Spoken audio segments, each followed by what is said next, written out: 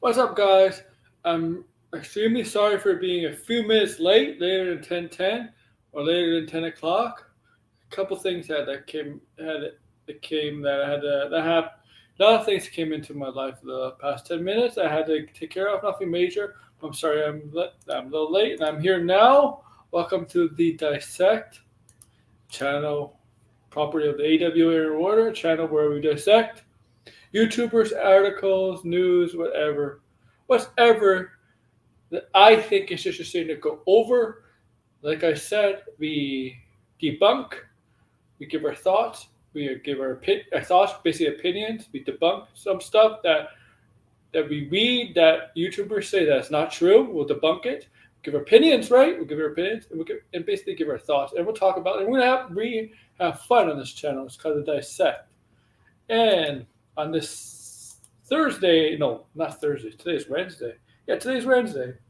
Wednesday night, we're gonna go over a John Campea kind of stream. This stream is gonna be dedicated to John Campea, and it's gonna be a comic book related stream with John Campea. A little bit of DC, a little bit of DC, but a lot of Marvel talk. And what I mean by that, you can see in my description: Deadpool 3, Kingpin, Ant Man, and Daredevil. Now you're probably wondering why I have Ant Man in there. Well, Ant Man, as you know, has been nominated for a Razzie, so we're gonna go for videos. So that means, let me see how many videos we're gonna look at from Campea. One, two, three, four. Four. We're gonna go over five videos. 4 or 5 videos. We're gonna try to get down to 4 or 5 videos going over John Campea today. The DC one is about 20 minutes long. That DC video, yeah, let me see where it is. It's about 20 minutes long. So we're gonna sit back and relax and try and enjoy, and that's about enjoy it. That video is his final thoughts in DCEU, as you know, is over with, and then we're gonna get to the Marvel stuff, mostly Daredevil. But also, I'm gonna obviously do other videos on this channel that's not going to be a live stream. So we could be a look over Campea, Grace Randall. I did some Doomcock before. We're gonna do Doomcock. Obviously, we're gonna do Eric July, Ripover, others, Local Boogie. I'm gonna expand this channel, a bit more on who I'm gonna dissect over. Not just mostly Grace and Campea. I need to expand it. I need to expand more. Get expanded.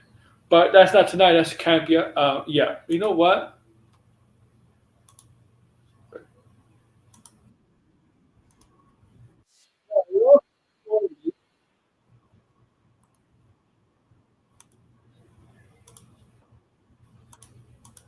Okay. If I sent you an invitation, come join me, please. We're going to get the DCU out of the way first.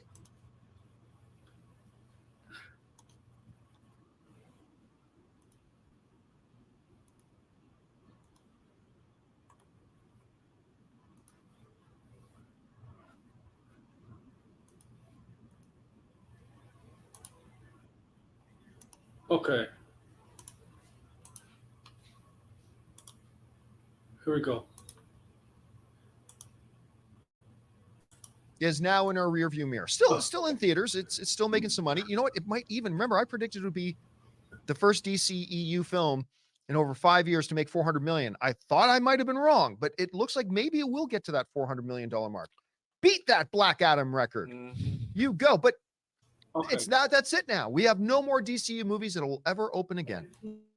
So how will we look back on the DCEU? And that is the topic of today's Mint Mobile hotline question of the day. Listen, guys, if you've got a question for our show and you'd like to hear your voice on our show, go ahead and call our Mint Mobile hotline anytime 24/7 at 951-268-4259. And today's question is specifically about how do we look back on the DCEU? Check it out. Hello, John. This is Isaiah. And my question to you is, what is the legacy of the DCEU now that it's over? it had so much potential and promise, but it never lived up to it. I'm curious to hear your thoughts. Thanks for all you do. All right, Isaiah, thanks a lot for calling that in. All right. And Let's see what it has to say. boy, isn't that a loaded question? Let's see What Campea is the has to legacy of say. the DCEU? Okay. It is unfair yet unavoidable to compare the life run of the DCEU with the MCU. I concede it's not fair, but it is nonetheless unavoidable. They were running at the same time. They were both trying to create giant shared cinematic universes with larger than life superheroes. One appealed to the critics, audiences, and box office, and one did not. And I'm really torn on this. For those of you guys who watched me for any period of time, you know, this is always a tricky subject for me because other than Harley Quinn, I have liked every single DCEU movie. Every single one. Some more than others. But I like even, the Will Smith Suicide Squad. I admit that was a hot mess of a movie, but I'd be lying to you if I didn't tell you I had fun. I thought it was still fun. Could have been better. Should Yeah, Wonder Woman 84 is worse than that movie. have been better. But even that I thought was fun. Oh, yeah, I also didn't like Wonder Woman 1984. Okay, So the two of them that I didn't really like. But take what you personally like and dislike and put it aside and try to answer the question, what is the legacy of this thing going to be? And I think ultimately it's going to be unfilled potential. I think that ultimately will be. I think it's the legacy of this universe is the legacy of this universe is disarray, no stable direction, everything changing, right? Everything's changing, no real direction where they were going. I think that's the legacy. There's not sure it had potential, but anything with potential needs anything that has potential. You need another element for that potential to be realized, to be shown, and that's direction, stable direction, not disarray, not communication issues, not promises and dispromises, and not bad press, not behind the scenes drama. So let's go with this to say. The legacy of the DCEU. And if you had to point to any one spot where maybe it all, and Rob, I'd love to know what you think about this. If I had to try to pinpoint or point out one spot where maybe this is where everything came off the rails, it might have been after Batman versus Superman came out. It is well known now that there was a meeting of top Warner Brothers executive. And that's right at the beginning. That's right at the beginning of basically this universe, right? BVS. Man of Steel and then BVS. Who did not like the way that movie turned out. No. I still liked it myself. I had fun with it, and there was serious discussion about removing Zack Snyder before Justice League was going to get made. And they decided it was going to be too expensive to remove him at that point because the movie was supposed to start shooting the following month. And I think that might be the turning point. Now, remember, I say this as somebody who I have liked every single Zack Snyder movie other than Sucker Punch and now Rebel Moon. What's it called? Rebel Moon. Rebel Moon. I did not like Rebel Moon at all. But those are the only two. Every other Zack Snyder film I've really liked. I did not like Army of the Dead.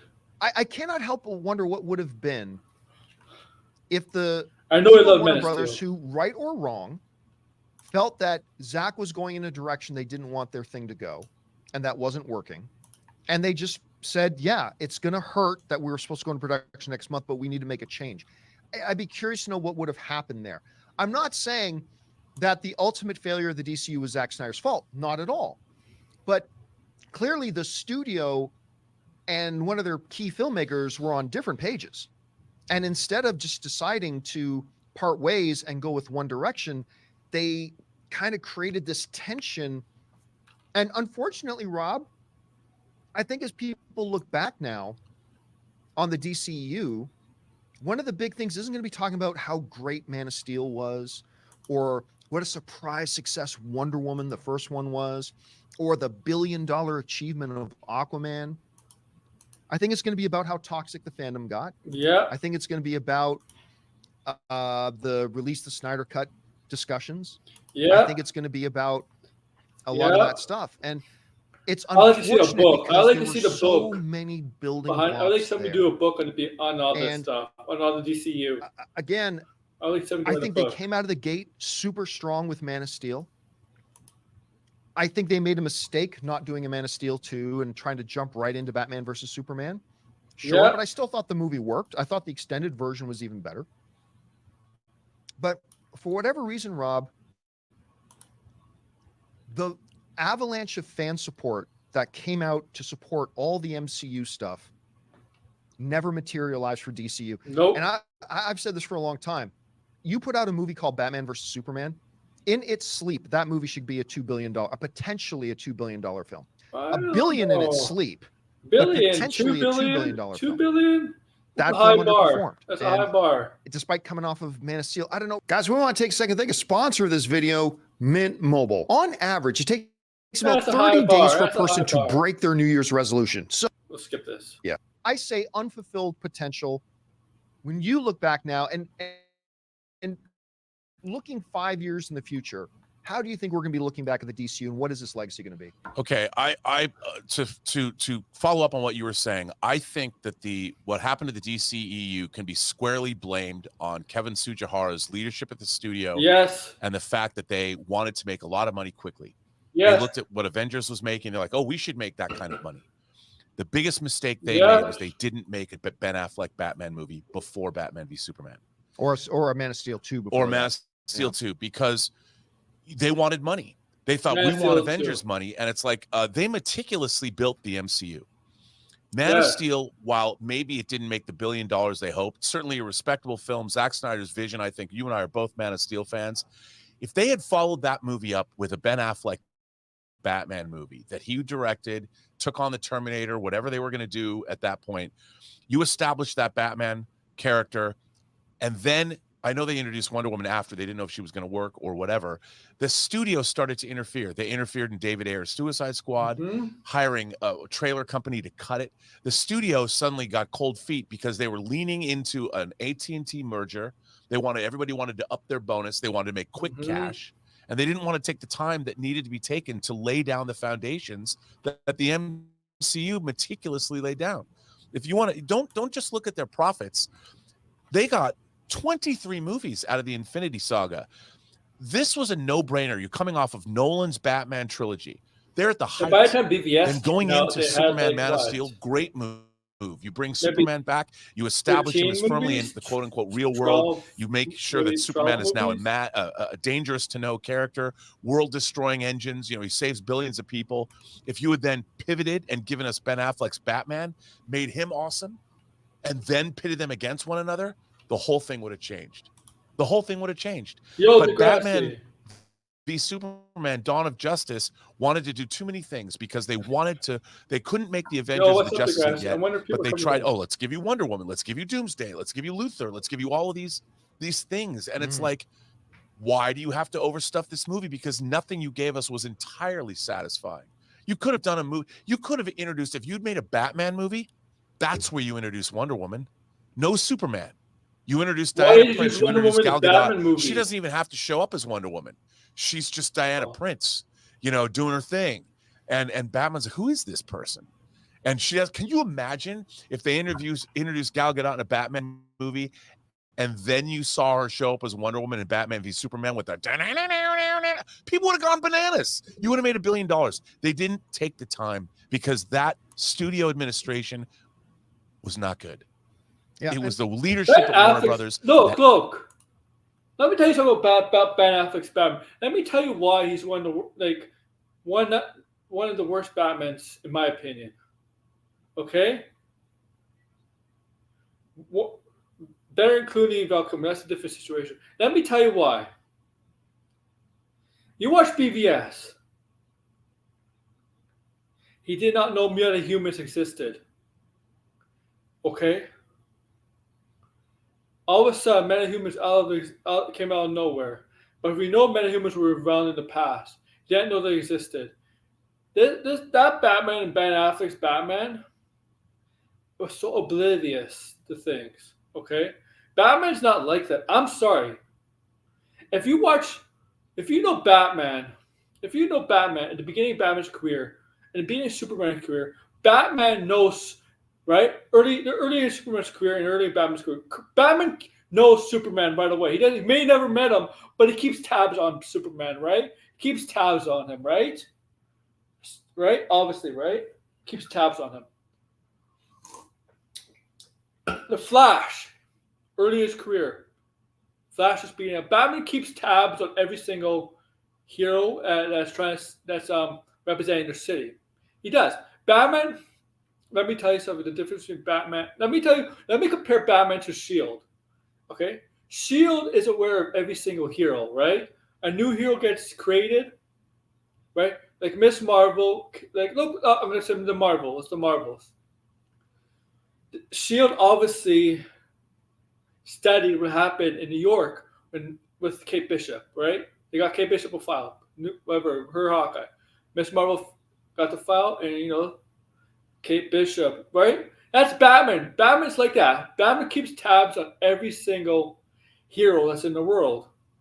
Because Batman is a scientific guy, a very scientific guy, a curious mind, right? He has to know who he could trust, possibly, who could be threats, who could be allies, need be, right? Zack Snyder did not understand Batman in that sense, okay? Now, with Christopher Nolan's Batman, you could get away with that. You could get away with that because there was no plan to have other heroes involved in that universe. That's just strictly a Batman universe, okay? There was no plan for that, okay? There was no need for that, okay? Hell, even George Clooney Batman mentions Superman. Remember that.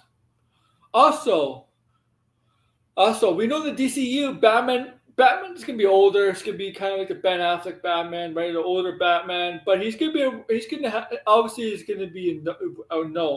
be aware of other heroes, because we know this is not like the beginning of the hero's careers. This is not like year one for Superman.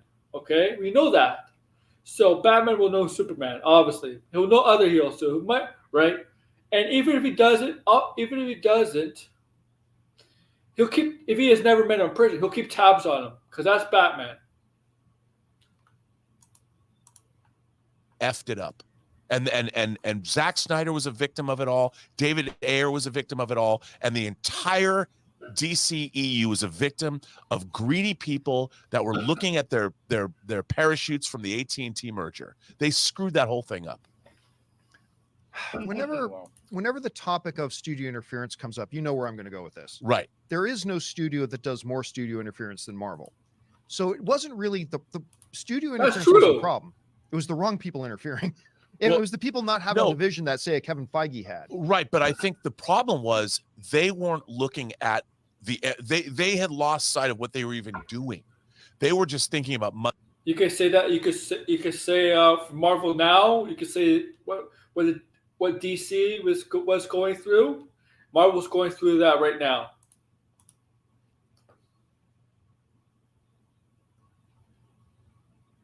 Yeah, that's true, man. It's true. Drunk Bob. That's true. Money and profits, and they were thinking about corporate. So this was something that was even in front of the movies they were making. It was almost, I guess now we have to make movies. So it wasn't even about their interference came later. They made a wrong decision in terms of how they were going to handle this from the very beginning. But couldn't an argument be made? Because I agree with most of what you're saying. Couldn't an argument be made though that we all believe that their next film coming out of Man of Steel being Batman vs Superman was a mistake, but could an argument not be made that if they simply made that Here's an argument. Batman versus Superman was a mistake. I want to make a counter argument to that. What if that? Yes, the movie made money. Yeah. What if that movie made money, and that movie is actually received well by the general audience, right? Not right, because I'll be honest, I liked the movie for what it was. It wasn't great or anything. Said the cut was better, but it wasn't particularly a great comic book movie. And obviously, by the general audience, by the reception of the majority of people, they get a lot of money. Let's not forget that. But the majority of people did not like that movie. But what happened? What would happen if people did like it? Right? Loved it. The majority of people loved it. Get good critic scores, good Rotten Tomatoes scores, whatever. You'd be changing your tune. Right on that, right? Everybody would change their tune. Okay? Then would you call it a mistake?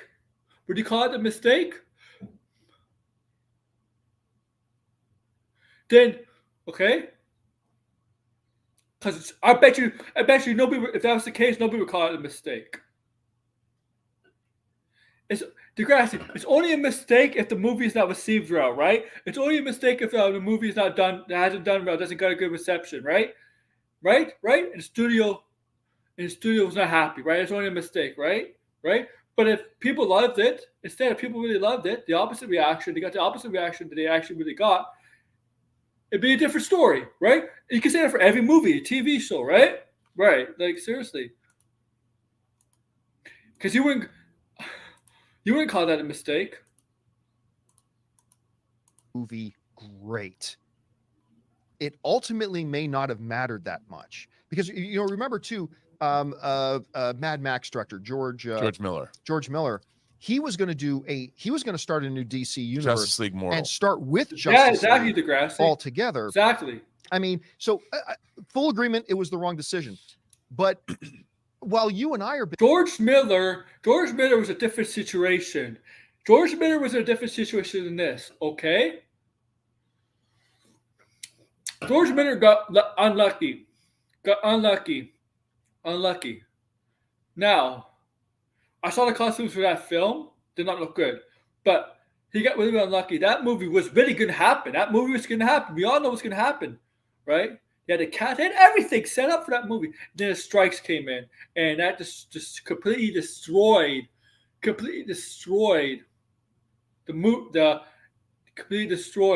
movie, Justice League Mortal. And as we know, that was supposed to kick off a cinematic universe in DC. And I think that movie was supposed to come out in 2009, 2010. So if it came out 2009, 2010, it would have been competing with Marvel earlier than Warner Brothers tried to do with Man of Steel and BVS. Exactly, Degrassi. Exactly. Big fans of Man of Steel. There's a lot of people out there, even in the live chat right now, saying Man of Steel sucked. A lot of people didn't like Man of Steel. Right?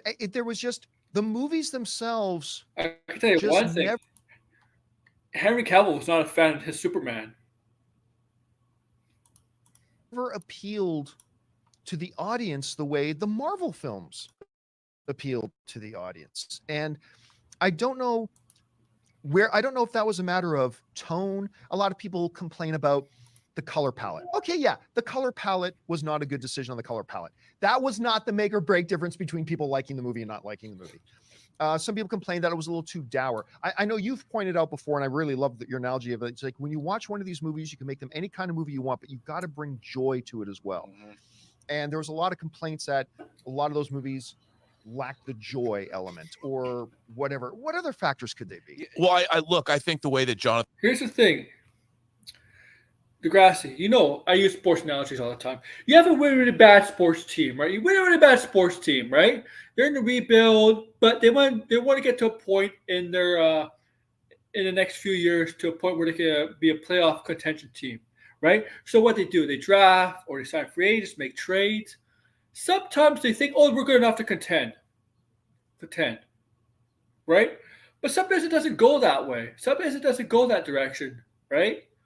And then you have to make decisions. Do you want to continue trying to contend, or do you want to trade players that are pending free agents? Whatever. If you really look at the bad sports teams right now, the really bad winning sports team right now, right? You have really bad. Look at Detroit. I'm going to use the Lions for example. They've been poorly run for a while, right, Degrassi? And look, they many years turned the tide. Buffalo Bills, for example, ever since Jim Kelly left, Bills suck. Never made the playoffs. Actually, they did make the playoffs 1 year after Kelly left, but after that, they never made the playoffs again. What? And in the process of football and stuff, in other sports, when you keep having losing seasons over and over, you tend to fire coaches and GMs, right? Never the players, but it's always a coach lasted a year or two or GM. That was DC. They had no plan. Jonathan Kent died really hurt Man of Steel. There's a lot of people going, why would you let your father die in a tornado when you could? I diametrically oppose that. I think it was a brilliant decision, but most people do agree with you. Well, the things I don't. Look, I think the way it was handled might have been kind of stupid, but Jonathan Kent had to die.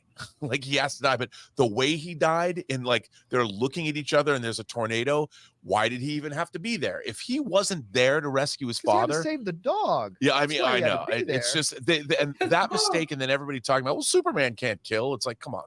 So there was mistakes made, but I still think it was a studio regime that didn't have faith enough in what they were doing, and they got too greedy. They wanted money too fast because they had to deal with shareholders going, well, why aren't we making the kind of money that Marvel's making with the Avengers? And one of our viewers just said, why not make a Flash movie?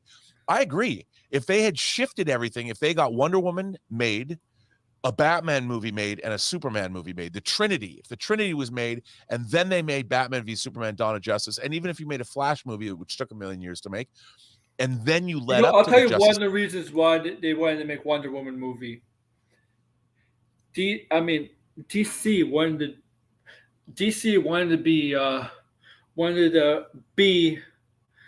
to beat Marvel to the punch. Okay, because at the time there was no female Marvel character that had their own movie, right? Had their own solo movie at the time. Yeah, we had female heroes in movies like Black Widow, Wanda, I guess Gamora at the time. But those characters did not warrant a solo movie at the time, right? Obviously.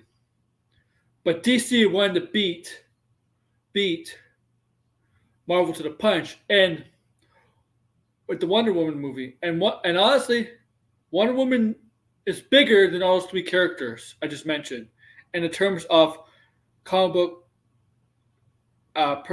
popularity and comic book influence around the world. Because Wonder Woman was a very big, influential character back in the 50s, 60s, especially among women, right? When feminism and all of that, she was one of the symbolisms for feminist movements back then. She's one of the symbols. Linda Carter's Wonder Woman, especially.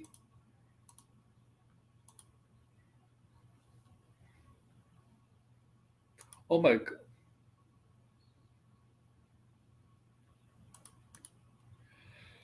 But okay, so yeah, okay, let's continue.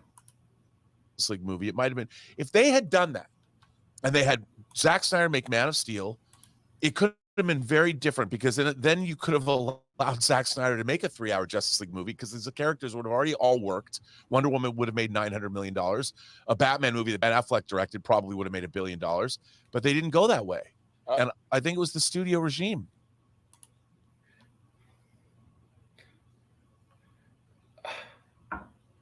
Let me tell you, the three characters that people like in BVS. It was not Batman, Superman that got the consensus general audience. People they like Wonder Woman. They like Diana Prince. They did not like the other two. I don't know if Ben Affleck's Batman would have made $1 billion. Okay. Okay. You know what was missing from Man of Steel when I keep looking back at that movie is to bring joy. Maybe they should have leaned in more on the Clark Kent, the really dorky Clark Kent. If they leaned into that, I wouldn't have liked that personally. But because like I think that like me and Ryan were talking about the other day, like their characters were too the same. The Superman and Clark Kent. I don't want the dorky Clark Kent like we got in the original Superman. I want my Clark Kent to be like animated, okay, where he's not dorky, like he's not clumsy, stuff like that. I just want him to be like that.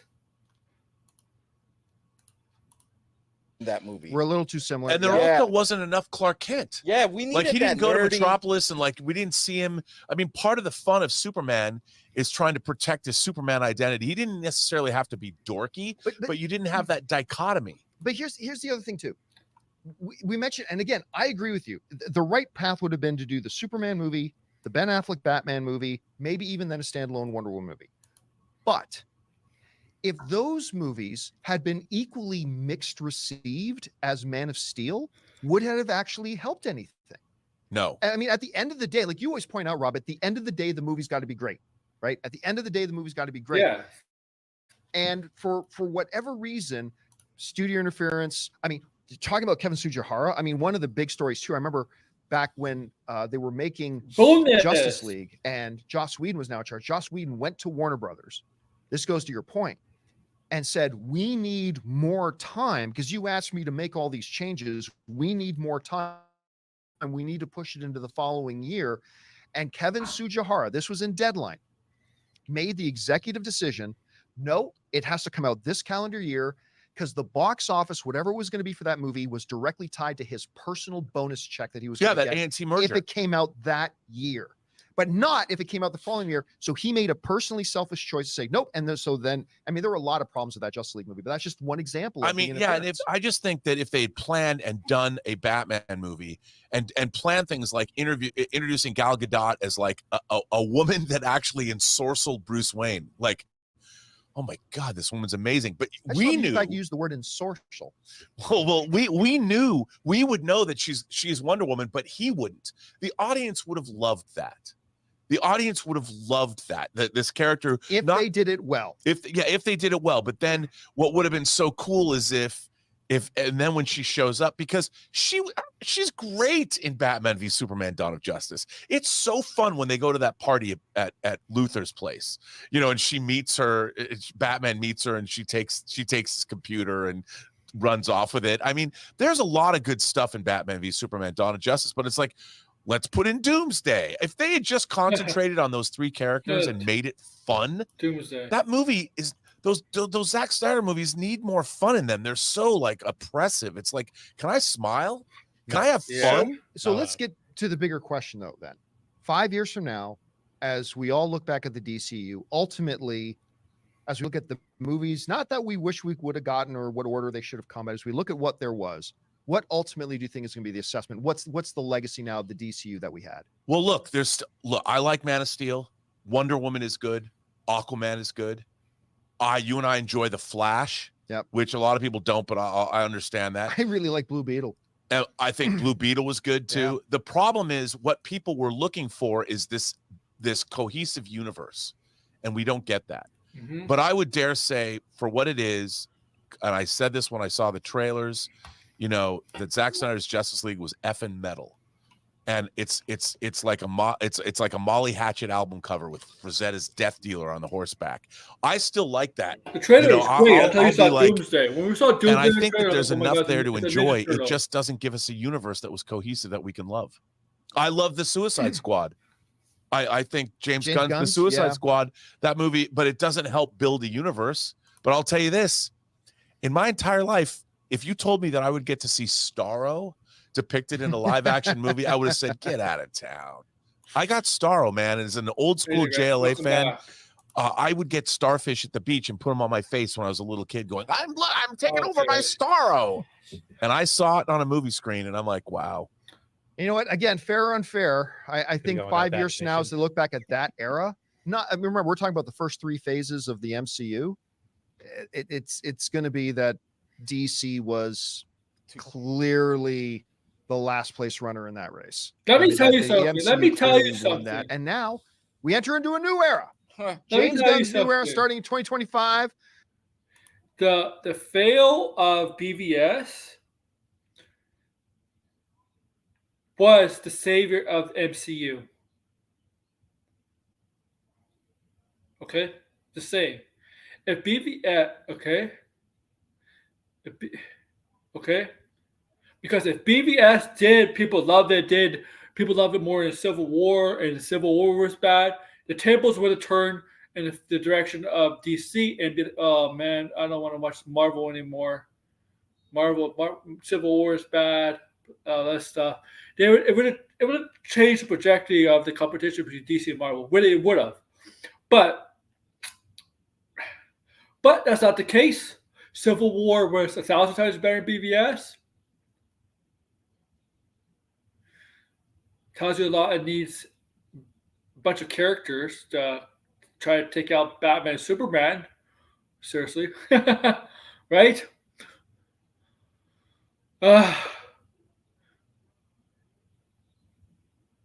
Man.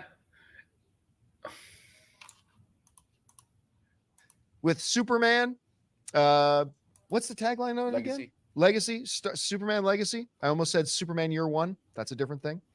So yeah, they just need for the James Gunn. They just need to concentrate on their core. Give them their own movie. Yeah, you see, a Superman Legacy. This is what I want for my Superman. I just want him to save a cat from a tree or help the old lady cross the road or whatever. Do like whatever he does and have him like smile, be like, no, be like, you're welcome. You stay safe now or something like that. Be like that, okay? I want that kind of Superman, right? And he smiles, gives confidence, gives hope, gives stuff like that. Like that. You just see Superman in BVS, when he saves people, especially in that one scene, I think in Mexico, when they're all around him, right? Thank you for saving him, but he's like not even smiling. Okay? Smiling is important, okay? Because thing about smiling, except from the Joker, when you get smiles from the Joker, you know it's definitely not good. But in general, smiling, even in the worst of times, smiling just gives you that brief moment of happiness. Okay? Smiling is important. There's always that saying, you should always smile, even if you don't feel like it, right? Yeah, I was over like that. Yeah. Exactly, Degrassi. Learn a lot. I would do small stuff and big stuff. Well, he's and never. Then we can roll because they didn't do that for the. No, DCEU. James Gunn has done that with every one of his movies. Yeah, like even if you go back to the great movie Slither, we got to know every single one of the key characters, right, and fall in love with them. The reason the Guardians of the Galaxy worked, we got to meet every single one of those characters in the same movie. By the way, in all the same movie, they didn't have to do individual build-up movies, and we fell in love with them. Even when you look at his Suicide Squad, like we got to know and get really emotionally attached to all those characters as they go. So that's something James Gunn has a real strength at. And let's see if they can carry that through. Hey guys, thanks so much for watching this video. Make sure you like the video, leave a comment, subscribe to our channel. And don't forget, we have a daily podcast called the John Campea Show Podcast, available on Apple Podcasts, Spotify, or your favorite podcasting app of choice. Go and subscribe to it today so it'll be there when you need it. All right. So that's DC stuff from John Campea.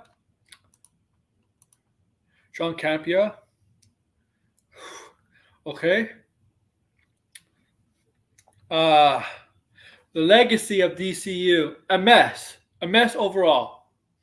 A lot of interference, a lot of disarray, a lot of greed, a lot of haste, competition, whatever. It's overall a mess of DCU. Sure, it could have potential. It could have potential. Snyder started off. It was the one guy. The people after didn't help out, and now DCU is dead. DCU is starting very soon with James Gunn. We're gonna get a first show for first DCU form of entertainment, and Creatures Commando, the first one. Yeah, that's gonna be the first one in his universe, and then we get Superman will be up and filming. We'll get Supergirl. Yeah, exactly. Yeah. Kind of like what Justice League Mortal was trying to do, right?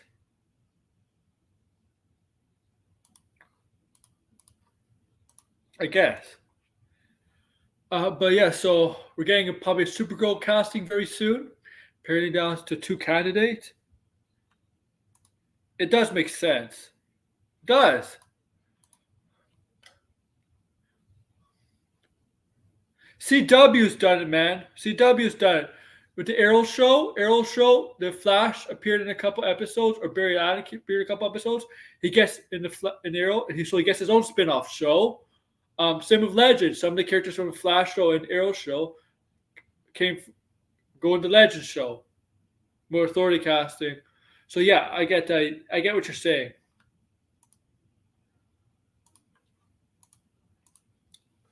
But yeah, so yeah, Supergirl casting down to 2. Looks like it's down to 2 actresses to be Supergirl.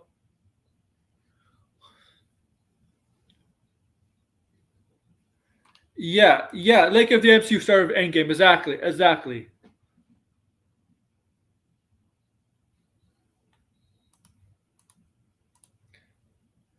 And we'll see where James Gunn goes from here. We're a year and a half away from Superman Legacy, obviously. Probably, I don't know when. I know Creature Commando comes out this year, but I don't know when they planned it. We're planning it. I would think Supergirl and Authority will be 2026. The Lantern Show, Paradise Lost. Okay, we'll know better with the Batman stuff later. Probably later, maybe this year or next year. Maybe this year, this more about the Batman stuff with Batman 2.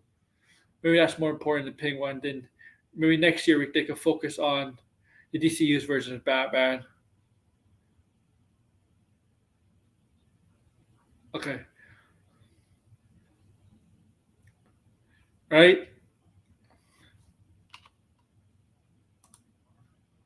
All right. So, let's say nobody's going to come on. If they come on late, we're going to go straight to some Marvel stuff. I want to get this out of the way. I wasn't planning this, but I have to say this.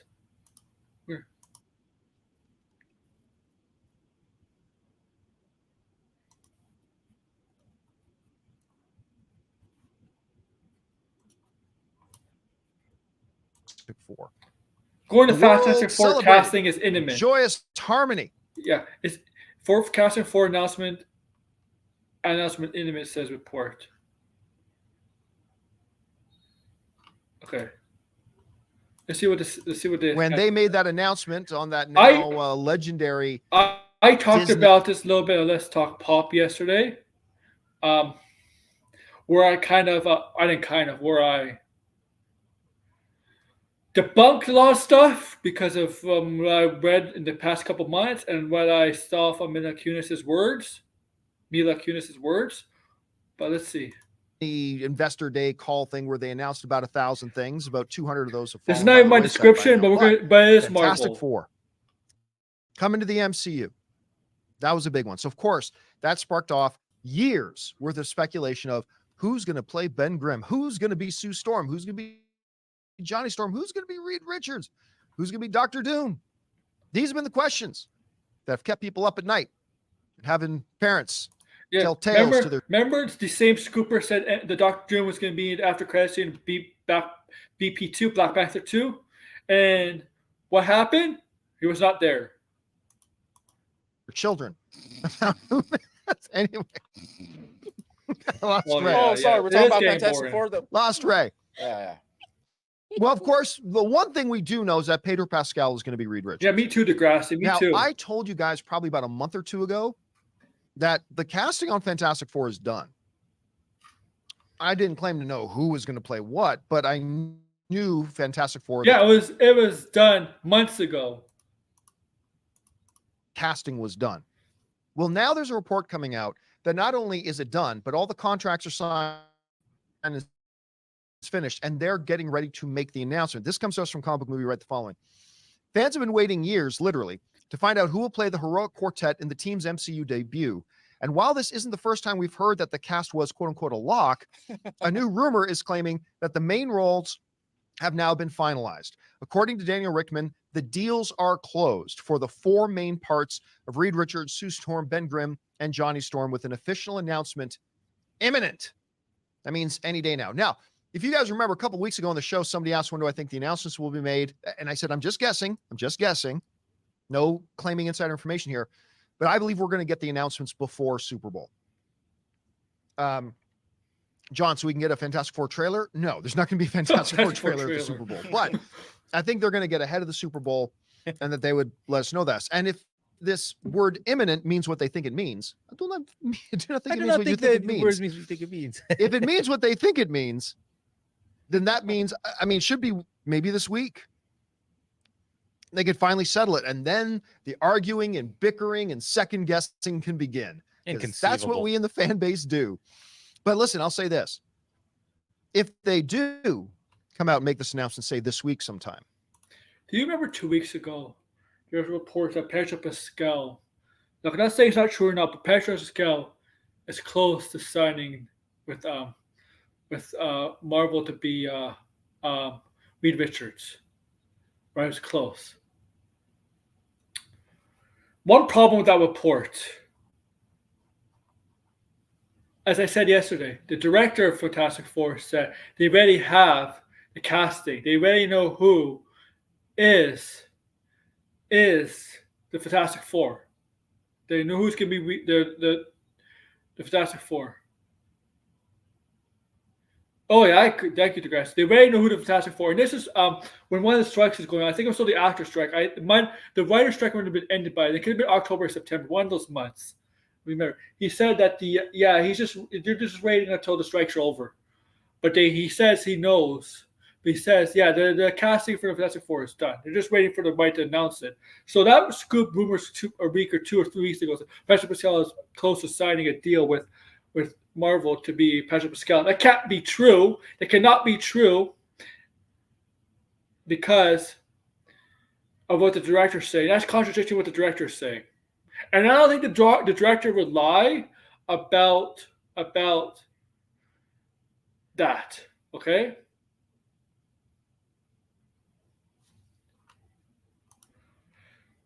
Yeah, 2 movies, a series. Oh yeah. Also, Degrassi, I don't know if you answered me yesterday because you might have left. Degrassi, is there a rumor that he's about a movie about Eddie Guerrero or the Guerrero family, and he is rumored to play Hector Guerrero or Eddie Guerrero? Dude, is there a rumor about that? So, and also you got to remember, this rumor comes from Daniel Richmond, and let's be honest, I've been tracking him lately. Nothing personal against the guy, but he's been definitely wrong as a lot lately. As you remember, he said, Stephen Yeun is going to look good in the Sentry suit, right? And then a week later, Stephen Yeun drops out. So, yeah, take it for a grain of salt. And it's all put to bed and confirmed that Pedro Pascal is, of course, our Reed Richards, which is kind of a foregone thing now. If they can even get 80% as close to nailing the casting like they did with Reed Richards and Pedro Pascal, I'm guessing there might not be as much bickering and arguing as maybe I'm anticipating. You know, Yeah, right. Because of course not everybody thought Pedro Pascal should be Reed Richards, but generally speaking, you've got I'm sorry. What the hell? you've got a sense of agreement across the fandom that, you know, maybe not my first choice, but yeah, Pedro's awesome. He's going to make a great Reed Richards. Not everybody agreed, but generally speaking, I found most people across the interwebs were kind of like, okay, maybe not my pick, but a pretty darn good pick. If they can manage to pull that off. Also, and Marvel has always kind of been. Also, I know Degrassi would disagree with me. Pedro Pascal is 48 years old. 48 years old. Does Pedro Pascal want to commit long term at that 48 years old to a franchise like this? Because we know signing on as one of the Fantastic Four members, this is not one of those short term commitments. This is a long term commitment. Does he want to, at 48 years old, commit long term to Marvel?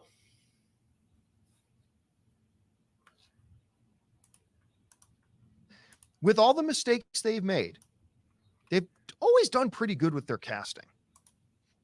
And if they can get that close, I think you're going to hear a lot of people be very, very happy. The question I have, though, is going to be, are they going to announce a Doctor Doom casting when they announce the core casting of the Fantastic Four?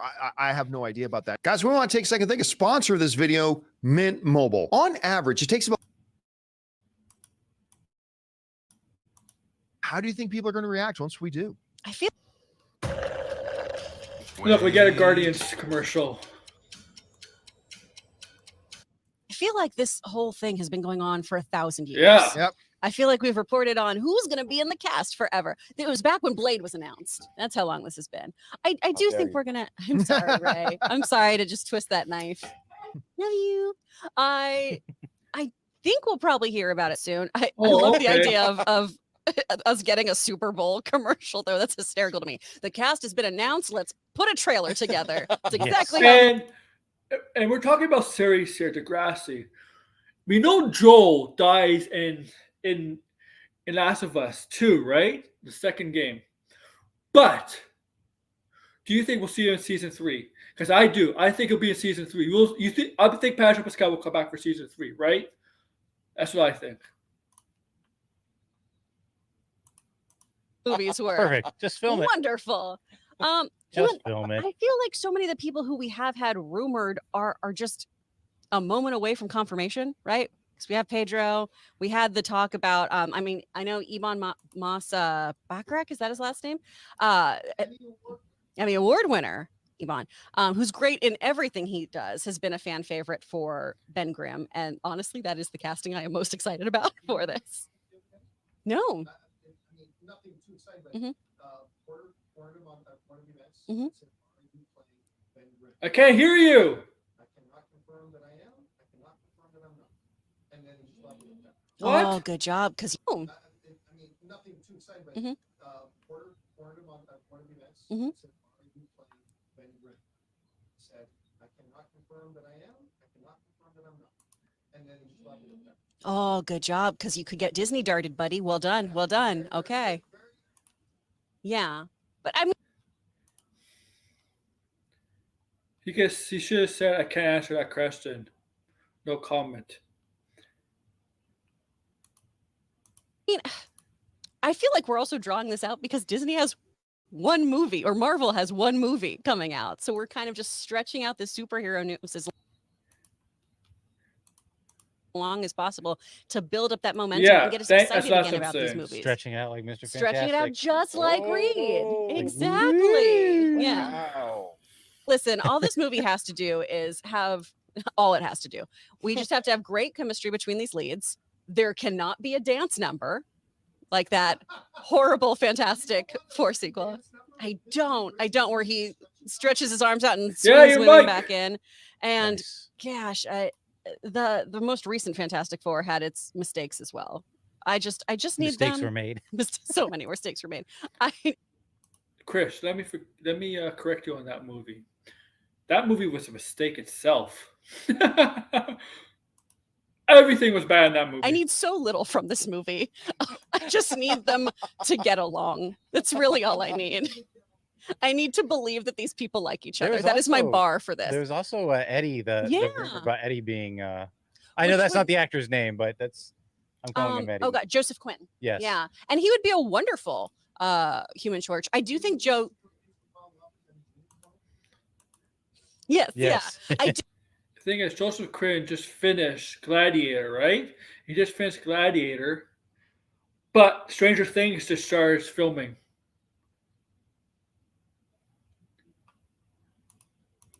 I always thought Joe Keery, the guy who plays Steve, I thought would be a good pick, but either of those guys would be wonderful. I actually would be happy with that. Yeah. Hey guys, thanks so much for watching this video. Make sure you like the video, leave a comment, and subscribe to our channel. And don't forget, we have a daily podcast called the John Campea Show. Show you this part. Let's see what else. All right. More Marvel stuff.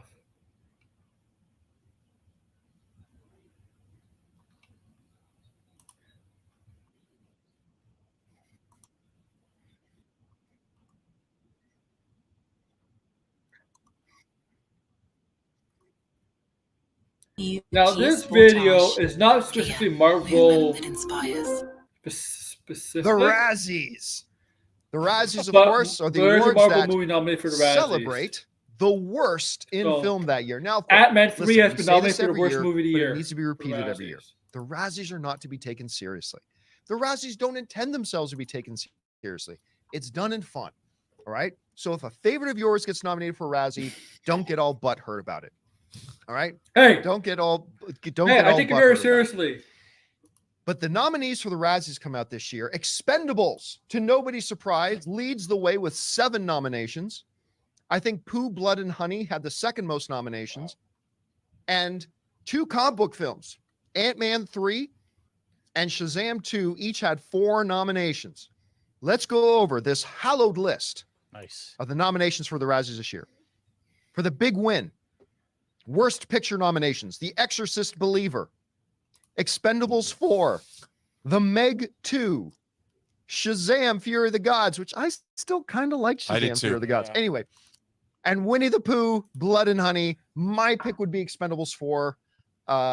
But Meg 2, The Trench, would certainly have to be up there as well. I got a feeling you'd be voting for The Exorcist, Rob. Oh, you know what? You know me well. Yes. I don't believe. All right. For Worst Actor, Russell Crowe, my favorite, for The Pope's Exorcist. I'm the Exorcist. I'm the Exorcist. I work for the Pope. Vin Diesel for Fast X. Chris Evans for Ghosted. I love you, Chris, but kind of deserved on this one. Jason Statham for Meg 2, The Trench, and John Voight for Mercy. Under Worst Actress, Ana de Armas for Ghosted. That was truly a horrible movie. Megan Fox for Johnny and Clyde.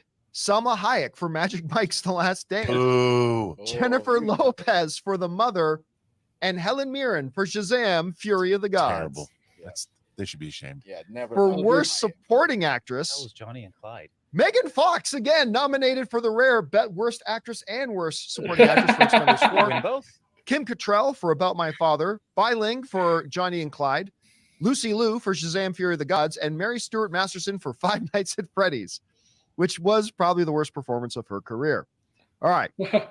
Under Worst Supporting Actor, we got Michael Douglas for Ant-Man and the Wasp: Quantumania, Mel Gibson for Confidential Informant, Bill Murray for Ant-Man and the Wasp: Quantumania, Oh boy.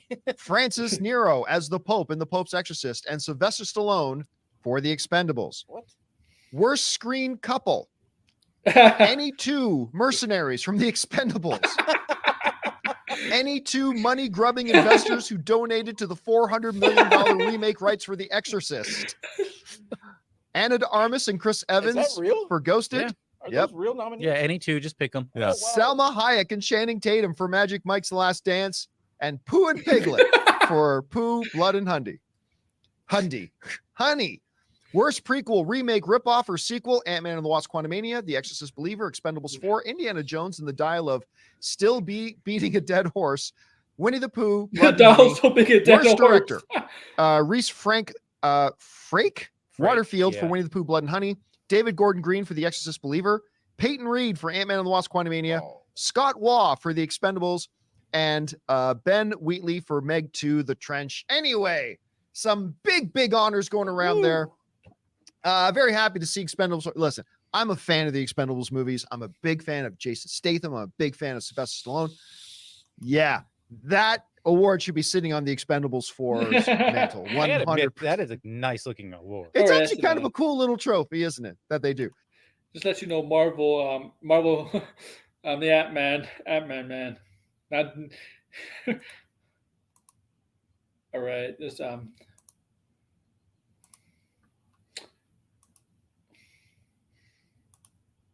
You know what?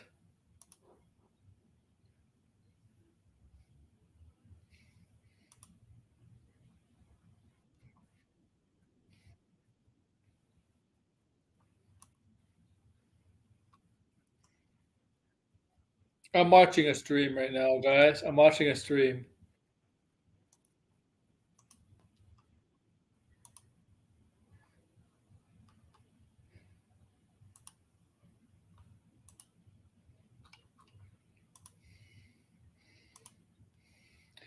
I'll be right back, guys.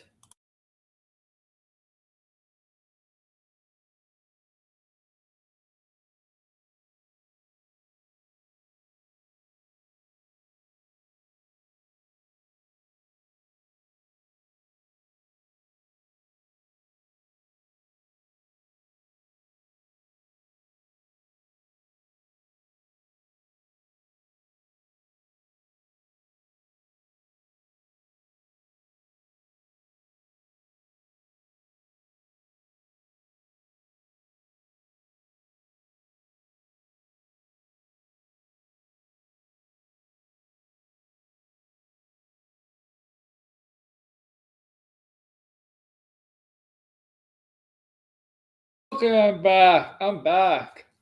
What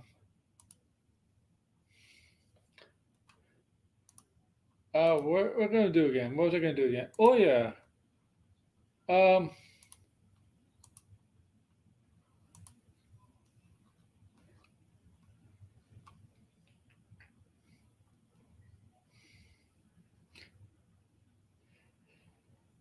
You know what? Since nobody has come on to talk, we're gonna end it early. We're gonna do it early, end a little dissect early, man. We're gonna end it a little early, I think. But to let you know, on my main channel tomorrow we're gonna do Let's Talk Pop, and I think on that we're gonna talk about Let's Talk Pop 66. We're gonna talk about Deadpool, Supergirl, and we're gonna do Barbie stuff. On Saturday we're gonna do episode 67. So yeah, 3 or 4 episodes in last week. So Let's Talk Pop tomorrow and one on Saturday. Saturday afternoon. Tomorrow will be at night. Saturday will be in the mid-afternoon. Also, Sunday, we're going to do another Let's Dissect stream at night, but I don't know who it's going to be on yet. I'm just planning for Sunday, but I don't know who's going to be the show's going to be on about. It could be John Camp, it'd be Grace, it could be Doomcock, it could be July, it could be my friend Tony, it could be anybody. Nobody is safe. Or maybe I could do more than one person, maybe with multiple people. I don't know. For Sunday, it'll be somebody. But yeah, we're gonna do another stream on this channel on Sunday. But so yeah, come join me on my main channel. Thumbnail will be updated tomorrow for Let's Talk Pop episode 66. The 67 will be taking place on Saturday. Yeah, we're gonna end it a little bit early here. Take care, guys. Yeah, like, share, subscribe, comment below, man.